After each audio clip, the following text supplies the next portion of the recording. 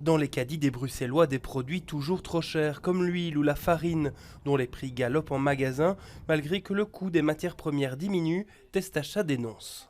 Si on prend le prix des céréales, on voit qu'il est en chute constante depuis octobre dernier. Dans notre panier, on a 32 farines, donc des dérivés des céréales, et 17 de ces farines ont vu leur prix augmenter dans le courant du mois de juin. C'est la même chose pour les produits laitiers. Le prix est en baisse sur les marchés de gros depuis 1 an. Et dans notre panier, on a du lait demi-écrémé, on en a 41, et il y en a 36 qui ont vu leur prix augmenter dans le courant du mois de juin. Dans ce supermarché, les clients se rendent en tout cas bien compte que les prix restent élevés.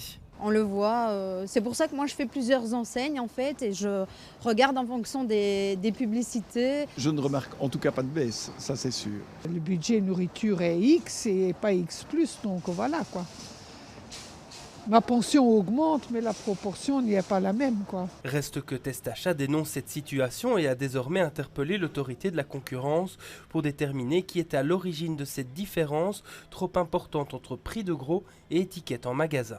Pour nous, ce décalage entre la baisse du prix des matières premières et de l'énergie et le prix final facturé aux consommateurs est signe d'une anomalie sur le marché. Dans un marché concurrentiel, on pourrait s'attendre à ce que les prix baissent plus rapidement. Et c'est la raison pour laquelle on a décidé d'interpeller l'autorité de la concurrence pour qu'elle s'assure qu'il n'y ait pas, par exemple, d'entente pour se mettre d'accord sur des prix qui restent élevés. Du côté de la fédération Comeos, on défend le secteur du commerce, victime selon eux de marges de plus en plus petites, et cela alors que les prix ne dépendent pas que des matières premières. Les coûts d'achat et de transport, les salaires, les emballages, les loyers, l'énergie et les taxes augmentent également les coûts des produits de supermarché. Selon les comparatifs de Testachat menés sur 3000 produits de supermarché, les prix ont augmenté de 17% par rapport à juin 2022.